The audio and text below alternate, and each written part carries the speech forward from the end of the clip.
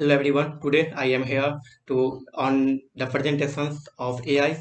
Basically, in some colleges, the professors or faculty members told you that they make a presentations on particular topics, whatever he or she will give you. Okay, you have to make a presentation and represent him or himself with a team in on on the front of the professors or faculty members or teacher on the classes, whatever. Wherever you have to represent, okay, you have to do it. Uh, Today, I am here to make a presentations on AI, artificial intelligence. Okay, let us start now.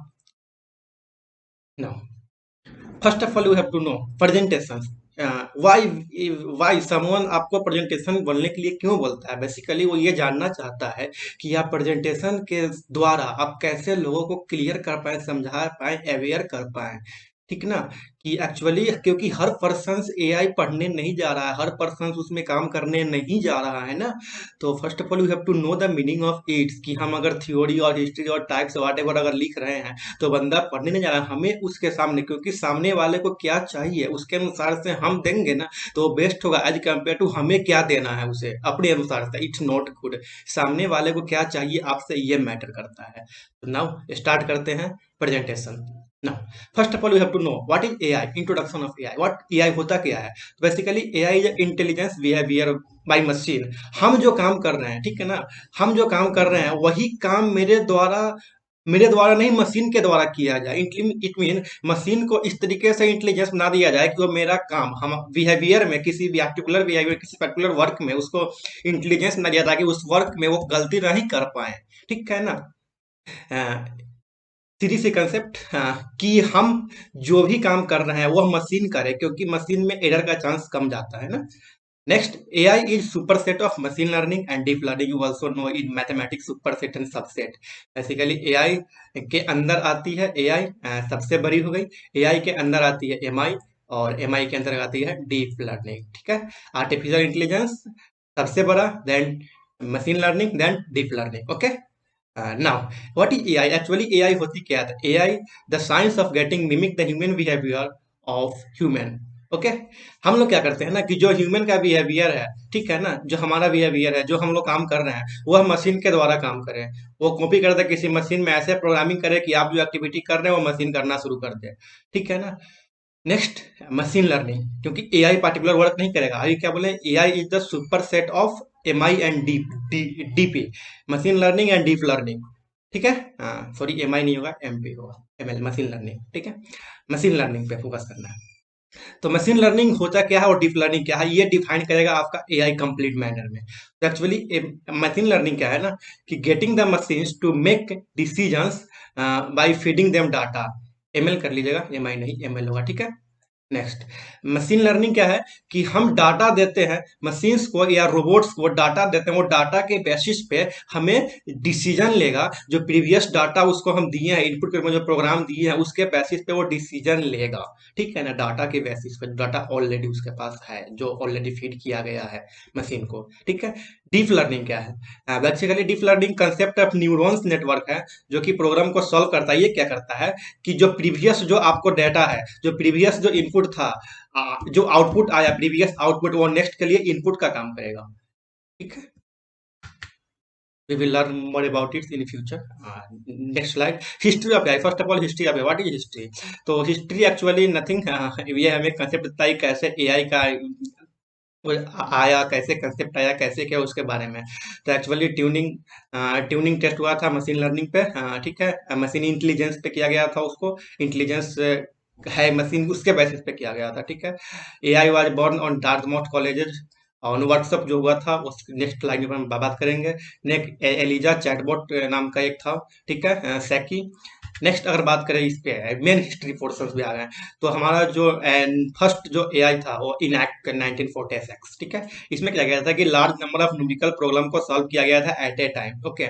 उसके बाद से तब government ने क्या किया, government ने जो है कि वो फंड फंड करने लगे science for defence, not for science, science for defence. Okay, उसके बाद से जो डिफेंस एजेंसी उसके बाद वो हाईली फंडेड किए जाने लगे एजेंसियों के द्वारा, डिफेंस एजेंसी के द्वारा, ताकि एआई को और इन्वेस्ट किया जाए और उस पर रिसर्च किया जाए, काम किया जाए, ताकि हमें कैसे हेल्प हो सकता है डिफेंस में। ओके, नेक्स्ट, आलम ट्यूनिंग टेस्ट। मेनली जो हमारा एआई का जो कंसेप्ट शुरू हुआ था ना, वो यहाँ से स्टार्ट होता है, आलम टेस्ट 1950। ठीक है ना, यहाँ से एक क्वेश्चन था, आलम ट्यूनिंग ने क्वेश्चन पूछा था, कैन मशीन थिंक, क्या मशीन सोच सकता है, ऐसा पॉसिबल है? क्या मशीन थिंक, सोच सकता है? यहाँ क्वेश्चन यहीं से एआई का मेन जड़ शुरू होता है। ठीक है, communication by producing output. Actually हम कोई कम्युनिकेट कर रहे हैं, सपोज अगर हम आपसे बात कर रहे हैं, कम्युनिकेट कर पा रहे हैं, तो ये इसका मकसद क्या है? कम्युनिकेशन क्या है? कि हम जो इनपुट दे रहे हैं, जो हम देना चाह रहे हैं, वो आपके अंदर पहुंच पा रहा है कि नहीं, आप समझ पा रहे हैं कि नहीं, कि हम जो इनपुट दे रहे हैं वो आपको मिल पा रहा है कि नहीं। इट मीन हम जो इनपुट इस वीडियो के थ्रू दे रहे हैं, और वो आउटपुट, इट मीन आप उसको समझ पा रहे हैं कि नहीं। आप अगर समझ पाए, दैट्स आउटपुट इज गुड, अगर आप नहीं समझ पाए, that's output is not good. Okay, हाँ, next, brain is meaningless in the absence of communicator. अगर कम्युनिकेशन ही नहीं हो, ठीक है ना, अगर सामने वाला समझेंगे तो ब्रेन का कोई काम ही नहीं है।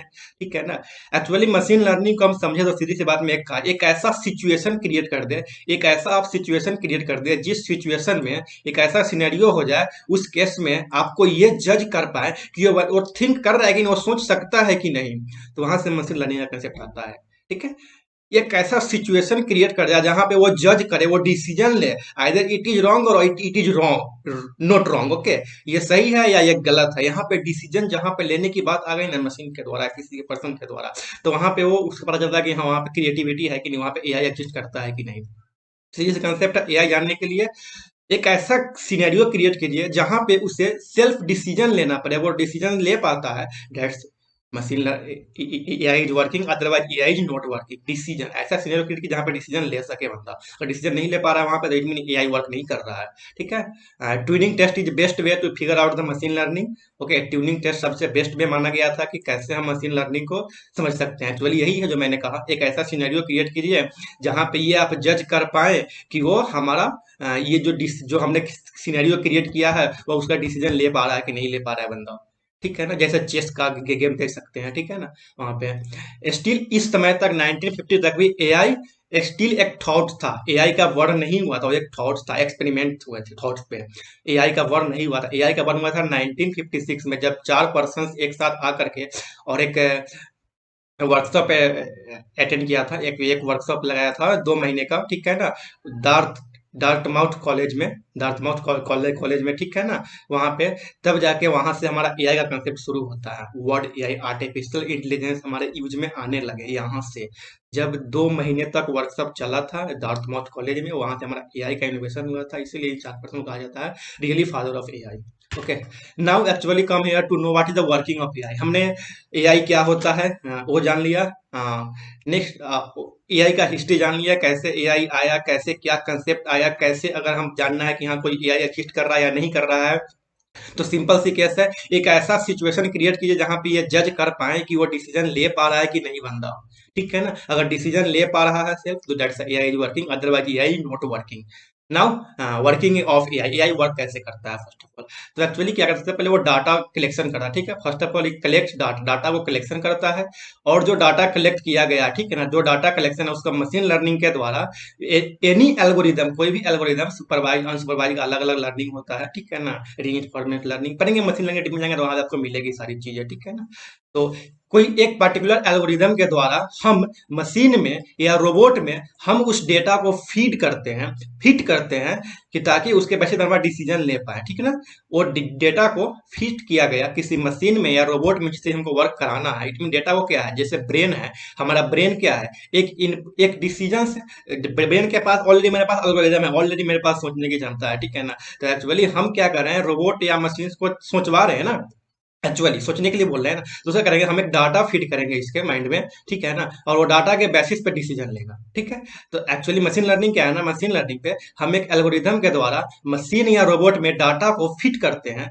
ठीक है, और देन आता है डीप लर्निंग। अब क्या करेगा, वर्क जैसे हमारा ब्रेन वर्क करता है, ठीक है ना, उसी प्रकार से हमारा ये डीप लर्निंग का काम करता है। ठीक है, ये एक न्यूरॉन्स होता है, न्यूरॉन्स जैसे कि हमारे ब्रेन में न्यूरॉन्स अरेंज होता है। ठीक है ना, ब्रेन में जैसे हमारा न्यूरॉन अरेंज होता है, उसी प्रकार न्यूरॉन्स यहाँ पे जैसे देख सकते सकते हैं आप, न्यूरॉन्स यहाँ पे अरेंज होता है, ठीक है ना। उसी प्रकार यहाँ पे वर्क करता है, और output of previous layer, previous का आउटपुट नेक्स्ट के लिए इनपुट हो जाएगा, ठीक है ना। जैसे मान लीजिए ये एक न्यूरॉन्स है, इसका आउटपुट जो होगा वो इसके लिए इनपुट हो जाएगा, ठीक है। यहाँ पे इसके लिए इनपुट, जैसे लेटर सपोज ये एक न्यूरॉन है, ठीक है, और एक यहाँ पे है, इसका जो आउटपुट होगा इसका, वो इसके लिए क्या हो जाएगा, इनपुट हो जाएगा, ठीक है। आउटपुट यहाँ इनपुट बन जाएगा, लेट सपोज यही कहता है, प्रीवियस का आउटपुट नेक्स्ट के लिए इनपुट, ठीक है। नेक्स्ट बात आता है लैंग्वेज सिलेक्शन की, हम कैसे ट्रेंड करें पर्सन्स को, ठीक है ना। ट्रेंड करें कि वो पर्सन के द्वारा, पर्सन के जैसे कम्युनिकेट करें, पर्सन के साथ कम्युनिकेट कर सके, ह्यूमन के साथ समझ सके, उसका हाव भाव जो बात करने का तरीका वो समझ सके, ठीक है ना। नेक्स्ट इम्पैक्ट्स, अपन जान लिया वर्किंग ऑफ एआई। अब नेक्स्ट बात करते हैं इम्पैक्ट। इसका इम्पैक्ट क्या है हमारे समाज में, क्या इम्पैक्ट है, क्या इसका एप्लीकेशन है, क्या यूजेज है, कि अगर कोई काम हम कर रहे हैं तो हमारा उसका यूज नहीं मार्केट में, तो हम क्यों काम करेंगे। अभी are in science, science field, it's a topic of technology. तो टेक्नोलॉजी कोई हम चीज पढ़ रहे हैं, समझ रिसर्च कर रहे हैं, तो हमारा यूज ही नहीं है, तो हम क्यों पढ़ेंगे फर्स्ट ऑफ ऑल ना। तो actually first of all you also heard about the Tesla, Tesla या टेस्ला फेमस कार, ओके। ये जैसे लेते सपोज आप ड्राइविंग कर रहे हैं, ठीक है, और ड्राइवर के मान लीजिए आप एक्सीडेंट हो गया था, जैसे किसी पर्सन का एक्सीडेंट हो गया, ड्राइवर ड्राइविंग कर रहा था, ठीक है ना। तो वो एक्सीडेंट्स को बचाने के लिए आप एक एआई सिस्टम क्रिएट कर सकते हैं, जहां पे ड्राइविंग ऑटोमेटिक होगा, मशीन के द्वारा एक रन होगा, ठीक है। और जब ड्राइविंग मशीन के द्वारा वर्क होगा, ठीक है ना, तो आप जो ड्राइविंग के समय जो आपका टाइम बचेगा, जो टाइम बचेगा आपका, ठीक है ना, उस टाइम को आप क्या कर सकते हैं, एक प्रोडक्टिव वर्क में यूटिलाइज कर सकते हैं। और ड्राइविंग के समय जो आपके टाइम रहेंगे, उस टाइम को आप एक प्रोडक्टिव वर्क में यूज कर सकते हैं, ठीक है। पहला टेस्ला, हम ड्राइविंग एक्सीडेंट को रोक सकते हैं अगर हम एआई सिस्टम को इम्प्लीमेंट कर पाते हैं सही से, तो ठीक है। नेक्स्ट बात करते हैं पीडीएफ। जैसे मान लीजिए आप you also also make the PDF, each and every time लोग प्रत्येक पीडीएफ बनाते हैं। तो ये क्या करते हैं, हमने पीडीएफ को स्कैन किया, पेज को स्कैन किया, और एक ऐसा सॉफ्टवेयर आए जो उस पीडीएफ में जो लिखे हुए टेक्स्ट है, कंटेंट्स है, उसको क्या करे, वो एक टेक्स्ट में कन्वर्ट करे। जैसे जो whatever the written in the PDF in this page, it convert on the text in this page, okay. जो हमारा स्कैन करेगा यहाँ से, जो चीज यहाँ पे पेज में है, उस सबको एक टेक्स्ट के रूप में हमें कन्वर्ट कर देगा। तो ये भी एक एआई सिस्टम है। Let us suppose next example language, let us suppose I am not know how to talk and how to communicate with German, okay. Some German person come in the front of me and tell गुटेन मॉर्गन, गुटेन मॉर्गन, बोलेंगे what is गुटेन मॉर्गन, I don't know anything about it, what's you are telling with me, I am don't get anything any point you are going to tell with, okay, communicate with me. तो वो बोला गुटर morning, तो मैं क्या करूंगा, एक सॉफ्टवेयर लूंगा, और उसके बाद होगा उसके जो शब्द लिखा हुआ उसको मैंने स्कैन करूंगा, यहाँ पे लिखा हुआ है गुटन मॉर्गन, गुटन मॉर्गन यानी गुड मॉर्निंग। अब ये स्कैन करेगा सिस्टम, बोलेगा भैया ये तो गुड मॉर्निंग है, ठीक है ना।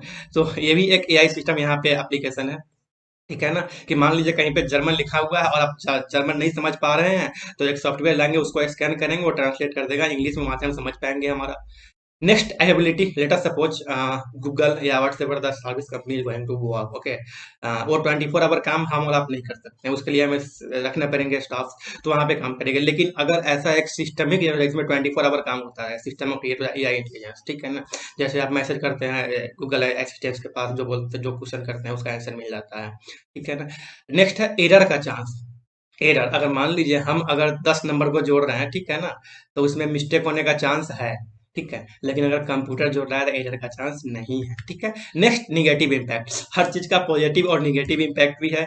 एआई जितना हमारे लिए फायदेमंद है, उतना हमारे लिए नुकसान भी है उस चीज का कुछ ना कुछ, ठीक है। तो फर्स्ट ऑफ ऑल अनएम्प्लॉयमेंट। अब बताइए, जब पहले क्या बोला कि मानव जो वर्क कर रहा है, पर्सन जो वर्क कर रहा है, पीपल, उस वर्क को हम किसी मशीन के द्वारा रिप्लेस कर दे, किसी मशीन को इस तरीके से प्रोग्रामिंग करे, सेट करे कि वो काम मशीन करने लगे, तो कहीं ना कहीं मानव का जॉब जो है वो रिस्क में चला जाएगा, वो अनएम्प्लॉयमेंट हो जाएगा, बेरोजगार हो जाएगा। ये सुनो टर्म बेरोजगार, ठीक है। तो वो जॉब के लिए सर्च करेगा, सीकिंग फॉर जॉब, जॉब के लिए सर्च करेगा बंदा, ठीक है ना। बंदा जॉब के लिए सर्च करेगा। नेक्स्ट इंप्रूवमेंट, सपोज कि अगर हम कोई गलती करते हैं उसे हम लोग सीखते हैं, जब वो मानव इंसान पर्सन गलत ही नहीं करेगा, गलती ही नहीं करेगा, वो सीखेगा कैसे, जो प्रीवियस मिस्टेक्स क्या किया वो बंदा सीखेगा, तो उसके अंदर इम्प्रूवमेंट ही नहीं होगा। जब इम्प्रूवमेंट भी नहीं होगा तो इट्स नॉट गुड ना, इम्प्रूवमेंट ही बंद हो जाएगा लोगों का। तो ये भी एक रीजन है कि इम्प्रूवमेंट कैसे हो पाएगा। इम्प्रूवमेंट अगर मिस्टेक ही नहीं करे इंसान, अगर सीखे ही नहीं, अपने आप को एनालिसिस नहीं कर, सब कुछ अगर मशीन ही एनालिसिस करने पाए कि तुम्हें ये डिसीजन लेना है, ये हम कर लेंगे, ये कर लेंगे, सब अगर मशीन ही कर ले, तो फिर हम लोग का जो इम्प्रूवमेंट है वो कैसे हो पाएगा, मानव का इम्प्रूवमेंट कैसे हो पाएगा रियल में ब्रेन का। ठीक है। नेक्स्ट होता है क्राइम। क्या होता है ना, जैसे कि मान लीजिए अगर मशीन ही अगर ये जज कर ले बाई मिस्टेक, अगर एक मशीन जो इसको आपने प्रोग्रामिंग किया वो बाई मिस्टेक प्रीवियस डाटा के बेसिस पे किसी कारण से अगर वो सामने वाला को अपना इनेमिज मान लेता है, दैट्स नॉट गुड। वहां पे एक हार्मफुल इम्पैक्ट क्रिएट हो सकते हैं। ठीक है ना, अगर सामने वाला का अगर अपना इमेज ही वो मान इनेमी अगर मान लेता है, तो दुश्मनी वहां पे कर लेता है, तो कहीं ना कहीं something is here is enemy. Okay, by mistake M होगा यहाँ पे इनेमी। ठीक है, अगर बाय मिस्टेक ही नहीं मान लेता है तो कहीं ना कहीं हार्मफुल होता है। ठीक है। Next setup cost. ये सेटअप कॉस्ट भी हाई होगा। ठीक है ना, अगर अगर आप एक रोबोट को सेटअप कर रहे हैं, एक एआई सिस्टम को सेटअप कर रहे हैं, तो उसका कॉस्ट भी डेफिनेटली हाई होगा। I think what's I want to discuss you first of all AI, what is AI, concept of AI, कैसे वर्क करता है, उसका हिस्ट्री क्या है, उसका पॉजिटिव इम्पैक्ट क्या है, नेगेटिव इम्पैक्ट क्या है। तो कमेंट करके बताएं कि is AI good for us, we should continue research on AI or should we stop, or what's the future of AI. You can comment in the chat section. I will definitely read all the chats with you. Thank you.